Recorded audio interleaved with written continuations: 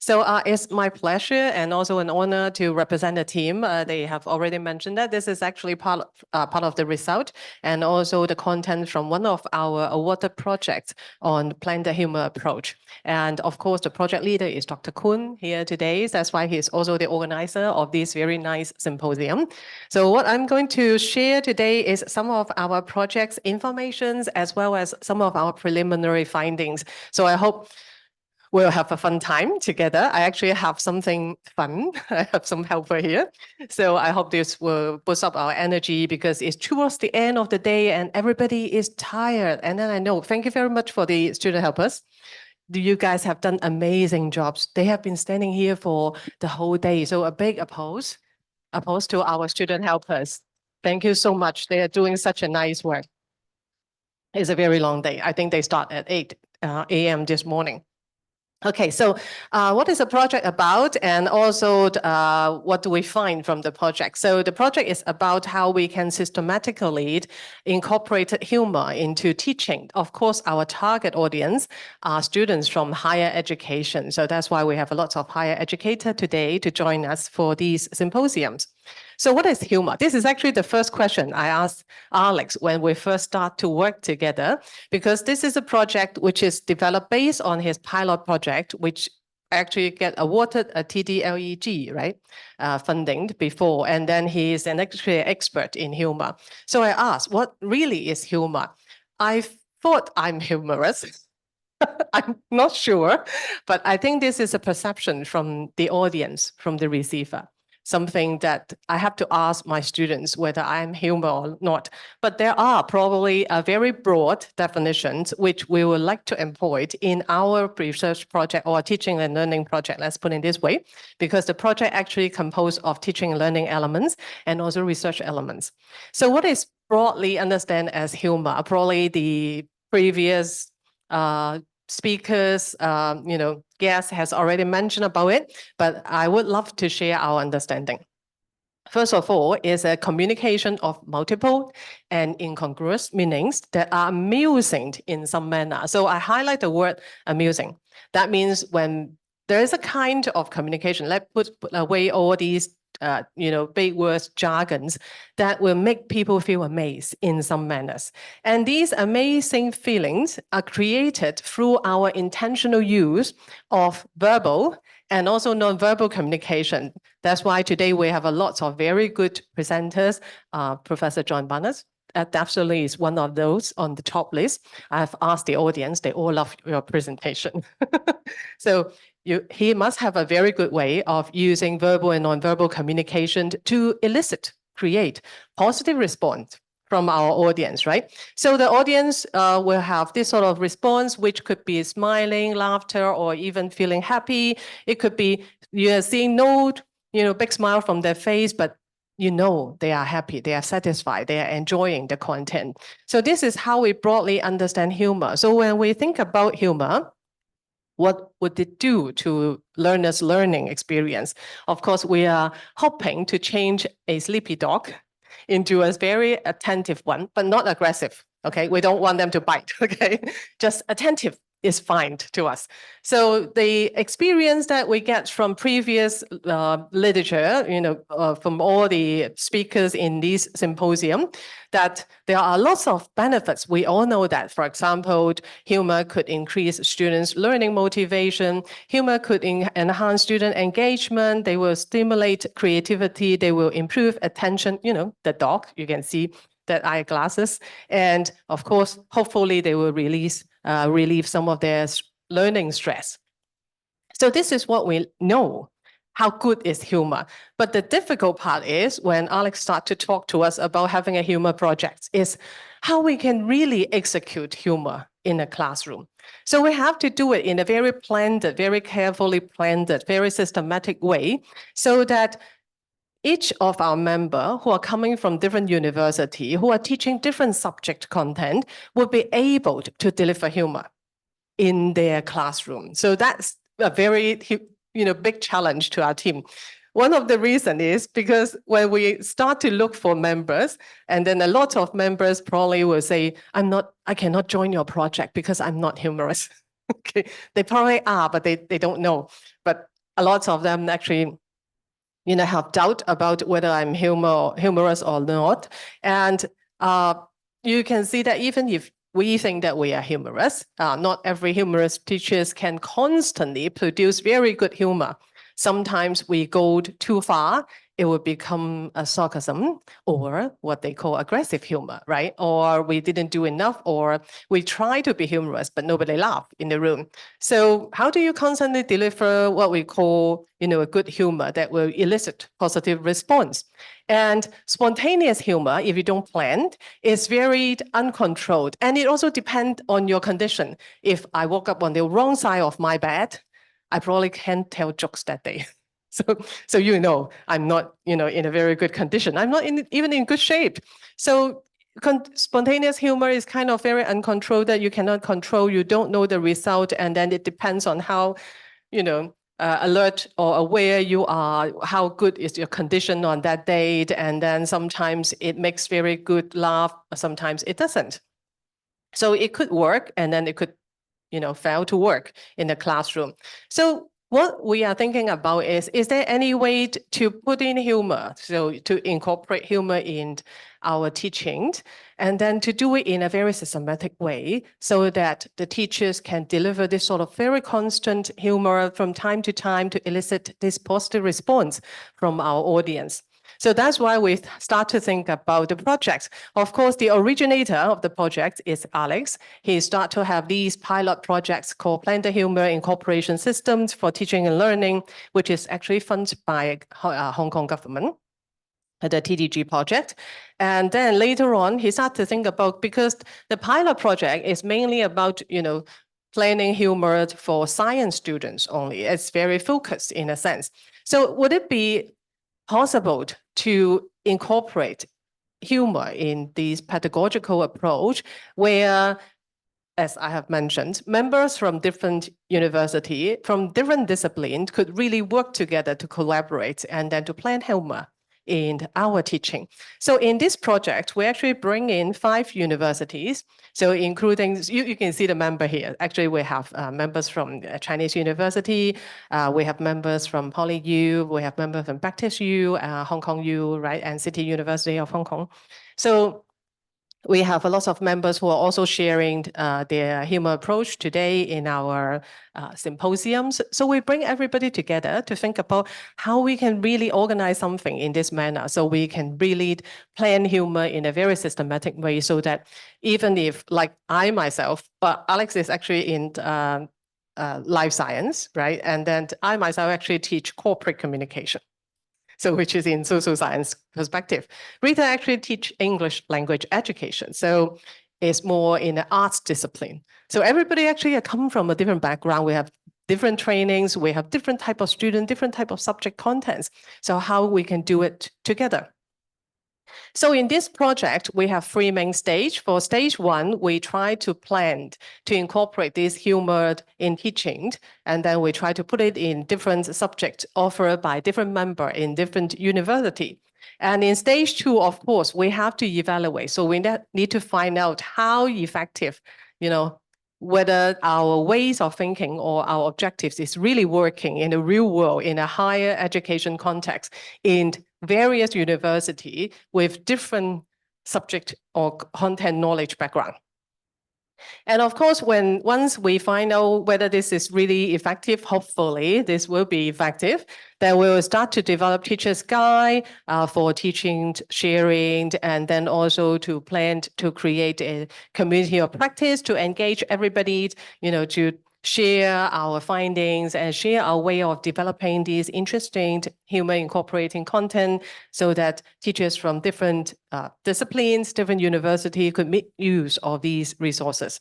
So basically, this is our objective. Of course, we are still in the process of completing this very large project. So we are in the middle of the stage, and today, that's why I'm here to share some of our preliminary design and also some of our findings. Okay, so what is the planned humor? So I think we already know that Maybe you could call it an instrumental humor approach, or we call it a systematic humor pedagogical approach. It's a way of carefully planning. We have to carefully plan and incorporate humor in our subject content delivery for students' learning enhancement. So this is one of the definitions that we would love to give our project. And in the terms of planning, we need to have some factors to consider. So when we plan, we need to take different elements into consideration. First is, since we are delivering humor in teaching into different subjects content by different university teachers, so we need to control like what type of humor are suitable to be incorporated, how these humor elements should be incorporated, and how frequent should they be incorporated. So there are a lot of factors that we need to take into consideration before we can have some consensus about how these humor could be delivered in our classroom. So I think you already know that there are lots of different types of humor. And then from the Alex pilot projects, we actually identified a couple, which is very good for using or incorporating in the teaching material in different content subjects.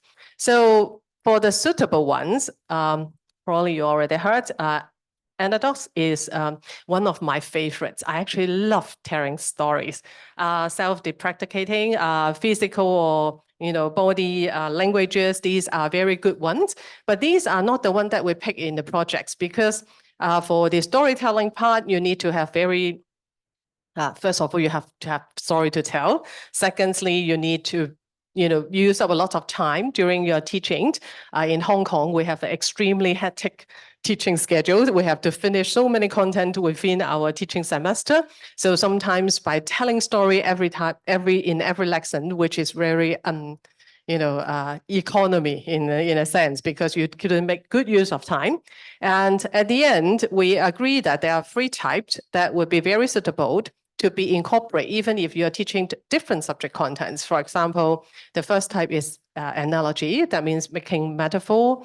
Workplace, which is very direct and also very easy to execute. Exaggerations, again, very easy to execute. So these would be the 3 types of humor that we will encourage the member to incorporate in their content delivery. Of course, in these studies, we try to avoid the aggressive ones. So for sarcasm, for dark humor, this is not our target. And then we don't do that on purpose. So it's not intentionally planted in our teaching process. So in the operation, we need some guidelines, right? Because we need to have all the members doing the exact thing in their subject delivery. So for the mode, usually we will advise members to do either pre-topic humor. That means before you introduce a topic or before you go into all these wordy PowerPoint slides, then you can put in a humor to arouse students' attentions and then to create a very enjoyable, fun learning environment for them to get started. And then, of course, since you are enjoying having fun with the students, you need to create what we call a point of return to reality. That means you have to some point, we have to stop the fun and then ask them to come back to class. And then please come back. We are going to talk about something which is very serious later on, right? It could also be a post-topic humor. So if the teachers preferred to use post-topic humor, that means after delivering the contents of the content knowledge, you want to do a humor to help them to understand further or to arouse their learning interest or even to lead them to further look into these interesting topic at the end, then you can use a post-topic humor. And for the frequency, also this is something coming from his pilot project. So we have tried a couple of different ways in the pilot. So later on, we find out that usually if we have, like in Hong Kong, we have a setting of 50 minutes per section. So usually for lecture, we have 2 to 3 hours.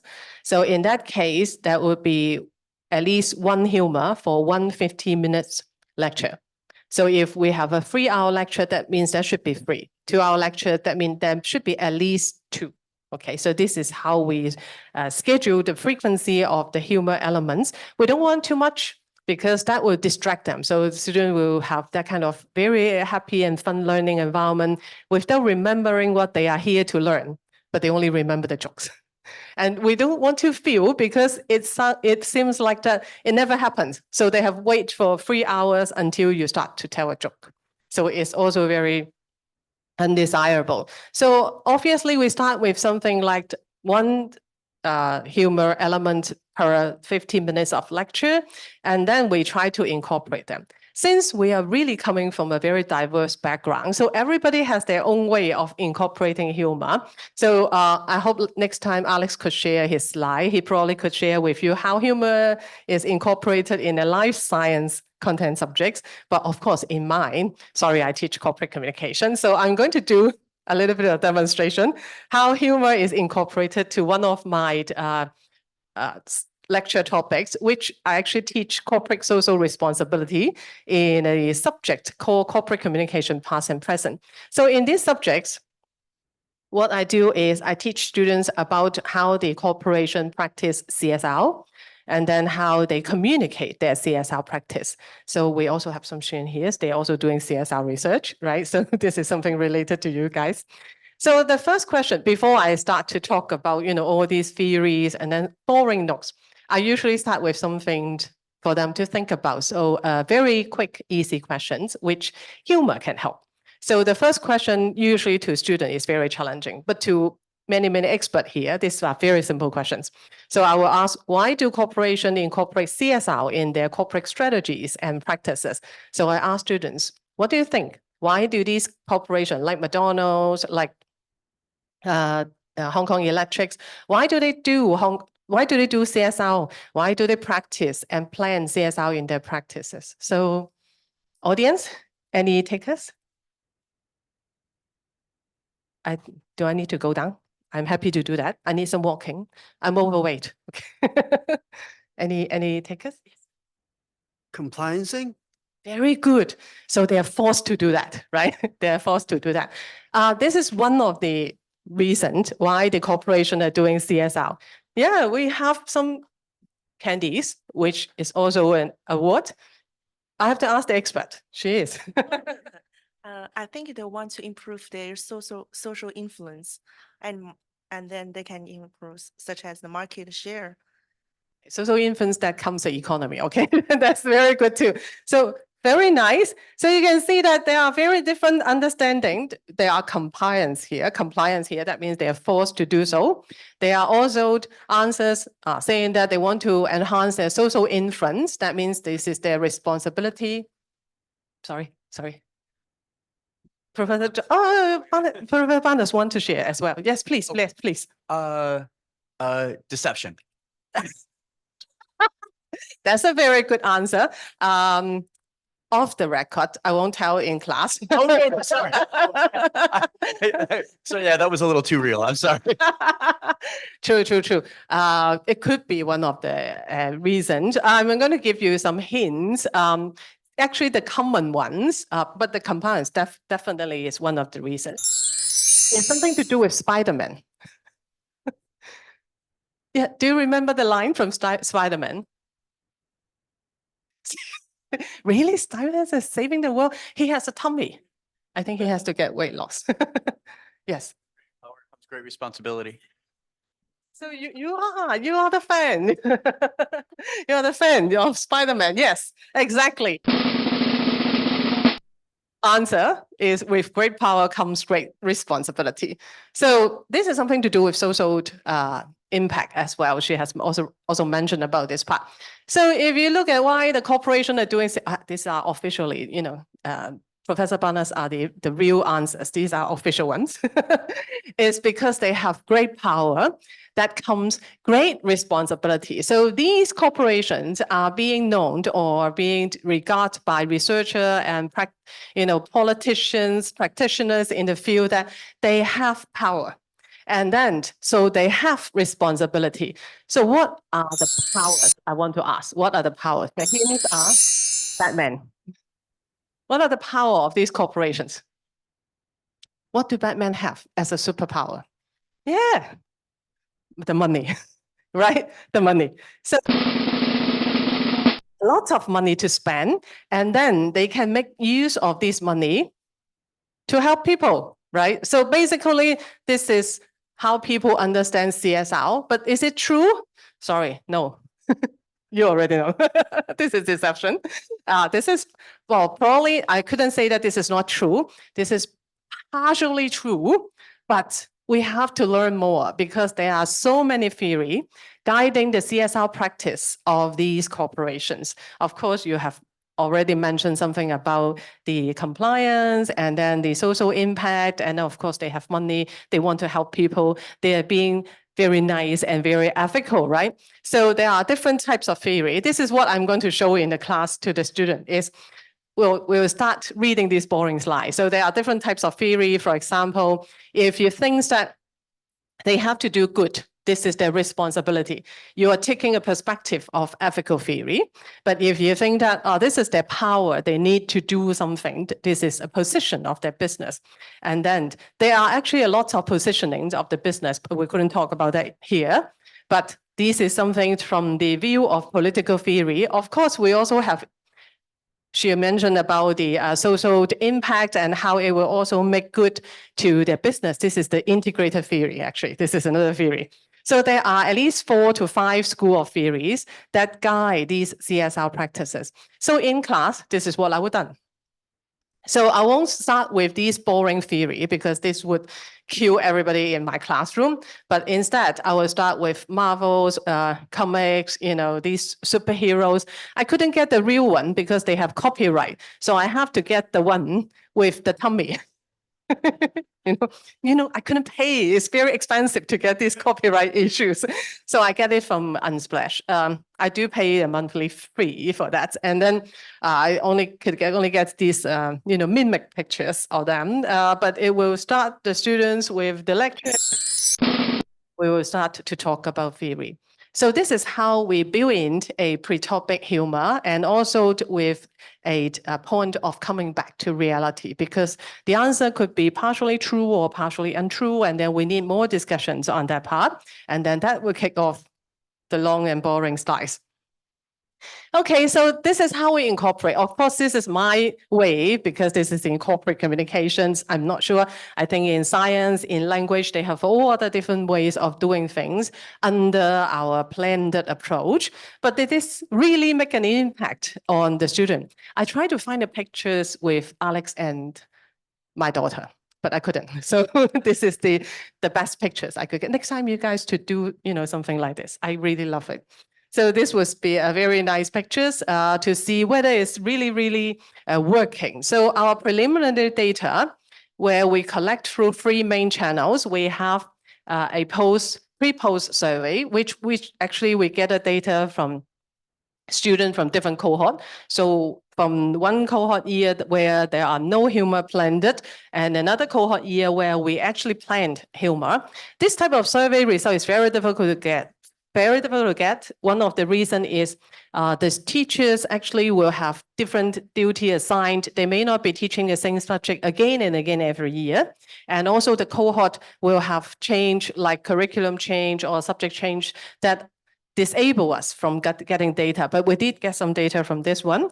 But we also get paper from the retrospective pre-post, which is more operatable. That means after the delivering of a planned humor in our content subjects, we send students a surveys to ask them to rate their competence, their personal attributes, and also their future behavior before and after attending the lectures. And we also to put in semi-structured interviews to follow up to find out more about them. So here are something that we would like to share. So in our pre-post survey, this is what we are doing.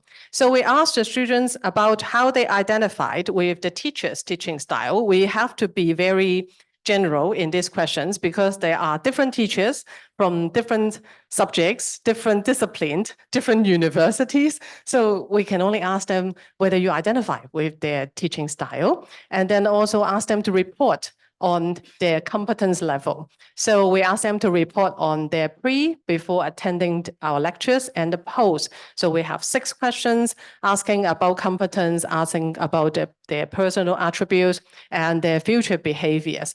So at the end, we use the pre-post. We use the post score to minus a pre-score to get the change score. So we get the change. in that case. And then we can look into how these are correlated to each other. Of course, we have to control their disciplines. We have so many disciplines, and we have to control the gender. We have also to control their study years. So apart from the pre-post, retrospective pre-post, we also create semi-structured interviews, as other speakers also mentioned that we really need that because we need to dig deep. We need to understand more about why they come up with these answers. If you look at these surveys, they are very general ones. So we need to find out more. So what are they really like about? What are they really enjoying? If they don't enjoy, if they enjoy, what are they enjoying about? So we need to go through these semi-structured interview to learn more about their perception, their attitude towards the teacher's teaching style, and then what kind of teaching style, what kind of approach that will really make an impression on them or elicit a positive response, and then what would be the effect on their learning. So our prelim result show that. So from the retrospective pre-post, we're very lucky we have a very big group of teachers in our team. So we get 333, lucky number, students from different universities, and about 68% of them respond. Not everyone really come back to class, sorry. So we have 68% that fill in the questionnaire, and then we also have, since different lecturers have different number of subject topics, so we actually report these numbers per subject topics. So at the end, we have 464 result for analysis. There are no big difference between these two, so we control it. So the gender is mostly female, and then we also have 36% male, and we have fewer humanities students, but more science students. That's kind of the case in reality. And then what we find is we first run a very simple maneuver, and then we try to use the identification of the teacher style and then to regroup them. We actually have a Likert scale 1 to 5, and then we regroup them into 3 groups. So the low, the medium, and the high. So, and then we try to find out that whether students with different levels of identifications really have a change in their learning outcome. So I don't want to bore you with these numbers. So just to give you an idea. So basically comparing to the low and the medium of identification on teachers' teaching style, the high ones, the one that score 4, 5, actually yield better changes in terms of learning outcome. So in terms of competence, personal attributes, and future behavior, they actually score better. And then later on, we also look into other factors. Well, I have already mentioned that we control the gender, right?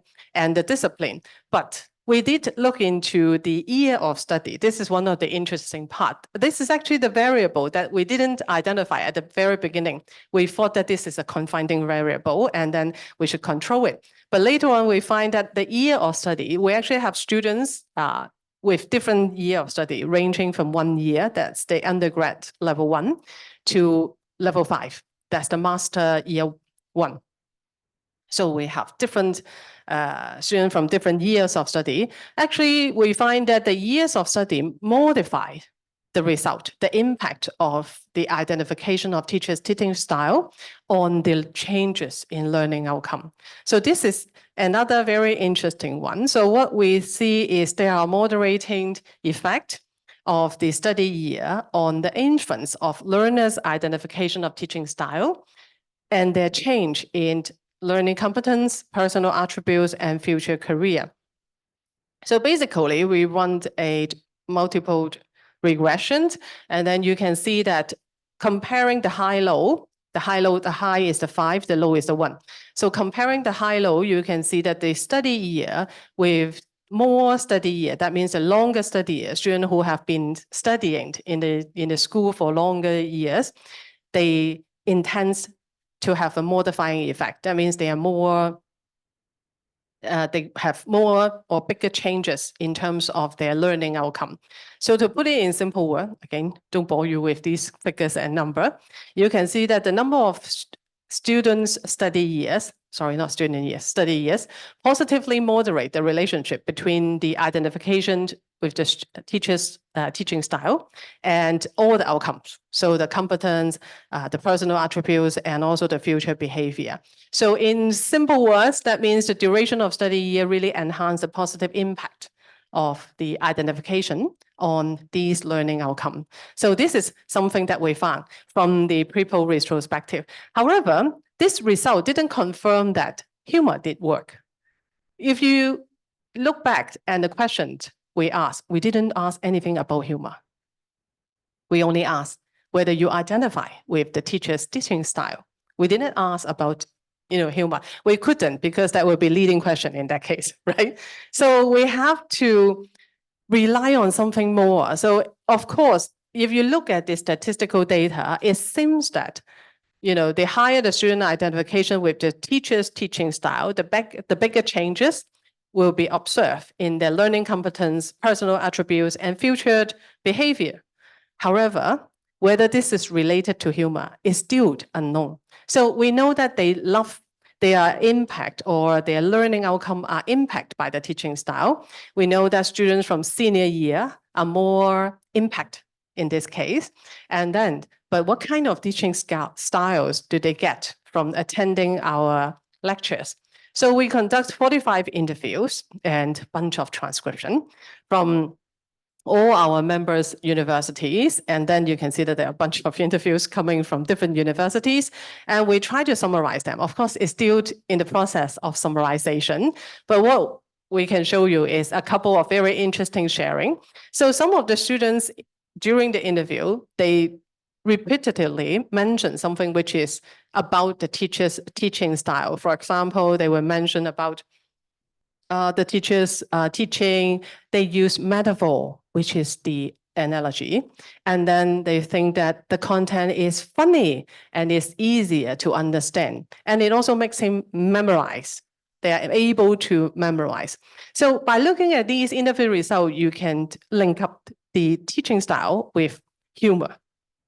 So that I'm not sure which lecturers are they from, but you can see that the lecturer definitely are using humorous element to make the teaching more funny and more memorizable, and students are enjoying it. And there are also learning motivation improvement. You can see that interviewees say that I find interest in these technology topics. This is technology-oriented subjects, and their teacher talking about biotechnology. And then, they explain the hard part clearly, and then it's very interesting. They find interest in this topic. So probably it could be how they well organize it, and then how humor help them understand and then lead to a better understanding. And even more, which is not something that we are intended to find out from the survey, is about stress releasing. And the teaching style makes the students more enjoyable, and then he brings laughter to the classroom, they stimulate blah, blah, blah, blah, and the keyword, which can reduce stress. So I think this is also extremely important when we are in the back to normal stage of teaching. It seems that everybody is normal, but we are not. And then students are still learning under a great deal of stress. So I hope that by incorporating humor, we can really bring some enjoyable moment to the student. Okay, that's the end for the boring part. Very simple takeaways, okay? They are free. So 3 basic takeaways. First one is these blended humor pedagogical approach, well, according to our data, seems to be able to enhance learning outcomes in terms of all 3 aspects. And they are with the appropriate use. That means you have to think about how you're going to use it in your content delivery, no matter whether you're from science or from humanities or from communication. It would enhance students' engagement and also help them to relieve stress. This is from our interview data. And also we have to reinforce that not a spontaneous or unplanned one. Humor has to be a planned, careful incorporation in the content delivery. So it has to be carefully planned before classes. So it cannot be a very spontaneous one. Of course, you can add some spontaneous humor, but if you have these planned ones, you can actually deliver the whole subject content in a more systematic manner. So stay tuned. this is advertising time. We have more coming. We have the teacher's guide coming, and also we have the community of practice where we're going to share lots of videos on social media on how to create humor and how to use humor in classroom. And of course, a big acknowledgement to our team, especially our PI, who is leading these wonderful projects. So big hands to the team. Thank you for the good work. Everybody really participate a lot. And I'm going to end this section with a lovely quote from a wise man called Alex Kuhn, Dr. Alex Kuhn. He has been interviewed by the Times Higher Education News, and he said at the end of the interview, he said, "I was surprised that jokes could get funding." And why not if it makes university teaching more effective? He actually gets 1.6 million of funding by telling jokes. It's not a joke. It's something serious, right? So I think it's a good start. Well, at least in Hong Kong higher education sectors, that makes our class more fun, enjoyable, and effective. So thank you very much. Any questions? This is one of Alex's favorite animal. So any questions? Anything that I can share? Yep. Please, please. Good. I'm on time. Hi, Cindy. Thanks for sharing, your study Yeah, and most also welcome. like the Thank- collaboration efforts. Like, you mentioned that, you use, the lecture time, to build in, the elements. I suppose, this project has been going on for some time. At that time, do you see any difficulties when selecting the material and with the emergence or the whatever, the prevalence of Gen AI, and do you find it is going to help your work more easier, and then more people will go on, get on board? Because I think for me, I tried to do that, but then it becomes like a burden, because you have to have that right moment, to think, oh, I have got to do this, I have got to do this, and you have to make it a bit structural in that sense. Yes, absolutely. Love the questions, Benjamin. I think that you can see they all stand up because they are ready to answer the question. Okay, they're very, they're great team members. And absolutely, we have difficult time. Actually, let's talk about myself. When I first started, because I have to plan, right, the humor every 15 minutes of a classroom. So I actually have to go through every slide to see which one is possible for me to plan the humor. And I have to, estimate the effect. I actually need to ask the TA or, all sort of student to help to make it more enjoyable. So yes, there are a lot of difficulties. I think by running at least 2 to 3 rounds, we will make these planning more stable. So it will be more stabilized. I'm still struggling about where to put it. Even for the CSR one, I can tell you, even for the CSR one, I actually have thought about the post, and then I thought about the P, and then I thought about the post again. I have that kind of flip-flop. I can use the same humor, but where should I put it? Which one will get the best effect? So would it before the break or after the break or during the break? So I have thought about these sort of things. So even if I have a general guideline, because I need to do one per 50 minutes, I still struggles. Yes, absolutely. And it adds burden. Yes, I'm totally with you. That's why the government gives us money for that. Because it really adds burden, right? Well, sorry, the money is not for ourselves. We use it to hire, student helpers and then TAs to help us, plan all these sort of things. But absolutely. And next time, can you please invite Benjamin to join us so that we can all share the resources and the burden too. Yes, that's true. But I think what he has mentioned is really true. Is what Alex is trying to do is to build a repository which will be able to gather lots of useful information, then we could share it with our course. So hopefully this would be something that will help, higher educators to, build or plan humor in their studies. And absolutely this is something we will go forward. And for the Gen AI, I will leave it to Rita, since this is another rising star from our team. She got a Scholar Award on Gen AI project, and which also is 1.3 mil, right? 1.1 mil, yeah. So can you share a couple of views on the Gen AI part? Yeah, the funding that I got for Scholar, that one is not really about humor. It's more about like incorporating like ChatGPT, Gen AI into academic reading and writing and speaking courses. Yeah, but it could be about humor. And I think now with generative AI, actually it might be even easier to incorporate like wordplay, exaggeration, absurdity, those types of humor into materials. But of course, like we have to be a bit careful with the copyright, So actually, like for myself, like I incorporated some examples of wordplay and absurdity, exaggeration. I had some like visual art students, and then I asked them to draw some, draw some memes and also, do some animation for the exaggeration, the absurdity. So for example, I was teaching something on creative writing, so I was teaching students like something about the use of literary devices. And then there was a statement like, I'm so hungry that I can eat a whale. So of course, like we are not asking people to go and eat, endangered animals, right? But it's a literary device. And then my student helped me draw a picture. So that is our own copyright, So it's not like we are taking something from the internet. So I think and of course, like I used a lot of wordplay. So for example, like I asked students to read the story Araby by James Joyce. And so it's about a bazaar, right? I mean, it's about a boy, who's reminiscing about his childhood, but he went to this bazaar.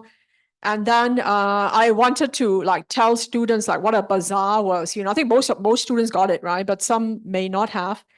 And so I did wordplay with the word bizarre, So I showed them a picture of a bazaar.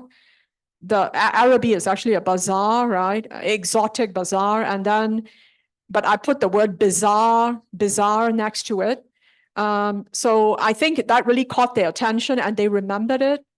And I think that was that came in the interview as well, So some students actually remembered what I did. They did not really laugh at like on the spot, Like even when I showed them some funny pictures, like memes, they did not really laugh on the spot, But you could see like a hint of smile on their face, when they looked at the slides.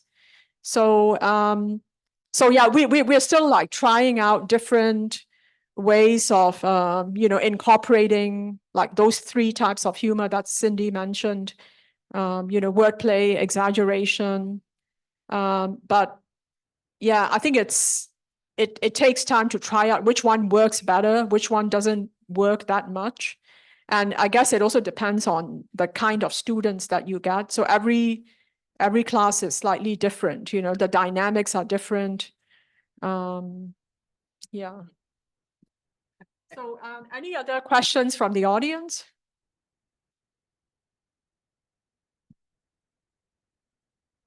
I have a question about implementing teacher humor to different kind of teachers, especially female teachers, because in the Asian context, I think female teachers are very, serious or very kind in our stereotype. So today I see how humorous Cindy is. And we have another very humorous lecturer this morning. So I have a question about this. If you're gonna implement your humorous pedagogy, so will you consider the differences between two genders? Very good. Actually, I have to say something which is true. We cannot control a lot of variables in these studies because we're not doing experimental. So you can see that we have teachers with different gender, as you have mentioned. We have female teachers, and we have teachers from delivering different content subjects, right? And we also have teachers coming from different university. We have students from different years of their studies, in different years of their studies. And we also have different durations of the class. And then we have blah, blah, blah, all sort of these sort of variables. So this would be the limitation. So if we're not doing experimental, design, we cannot control all these things. But basically, I think, is something that worth thinking and worth mentioning. Actually, since Benjamin has already mentioned, the next step we are going to do is to design an experimental approach and then incorporating humor. But this time we use AI to deliver the teaching. So we will be controlling everything. But the only difference is whether different types of humor will be incorporated and the frequency will be tested, and then we will use AI. And then we will also use female AI and male AI. This is what we have been thinking. This would be the next step. And then to see which one is more engaging, approachable, and then which one will make students more stress-free, and then they will enjoy their learning. Thank you very much. It's very, well, I think the question is actually very good. This is actually the next step we have been discussing for some time. So absolutely, I think Gen AI and AI should be tested in that case. Yes. So any other questions? Professor Panas? You have very, difficult ones? Yes, please. I hope I'm not deceiving. No, Okay. no. If I'm understanding your approach correctly, it's the lesson is serious, right? The humor is to set up the lesson and then to debrief the lesson, but it's not, the humor isn't integrated into the lesson. Am I understanding or am I misunderstanding? I think the humor is integrated into the lesson. Okay, Yeah. Because I thought, okay, yeah, I misunderstood with the phrase used in the beginning. The point of no return, right? Is it that one? Yeah. But yeah, I think we're all on the same. We're all on the same page about That was my only question. That phrasing was new to me. Yeah. But yeah, okay, Absolutely. I understand. I share same, confusing moment. When I first, discussed this with our team leader, I also asked, what is a pre? And then how about when I was, teaching corporate communication and I want to put in humor? Is it pre or is it a post? I have that same. And then he explained that the topic means that the content that you're going to teach. And then the pre means before you actually give them the real notes, the all boring part. And the post means that after you have teach all these, theories, and then you start the humor, but they still incorporate in the classroom and in the class delivery. And even within that class time, for example, within 3 hours, if we have different topic or subtopical area incorporated, we can still have these pre-posts between these subtopical areas. So we can actually build in like 3, 4, 5 humor within a 3-hour lecture. So this is something that we have been doing. And I'm totally with you. I also asked him about this question. I totally understand your confusing moment. I actually have had that moment before. Yeah, if I may just add something. I think actually, I also had a similar question that I asked Alex, when we first started the project, But I think it might be better conceptualized as teacher content related humor that is used in the classroom. And then we're using the 3 types: wordplay, exaggeration or absurdity. And then the 3rd type is analogies. So I think it's better to conceptualize it as teacher, like similar to what Professor Sonia Beek mentioned, teacher content related humor. And then the impact of that on students' learning and motivation and stress. Thank you.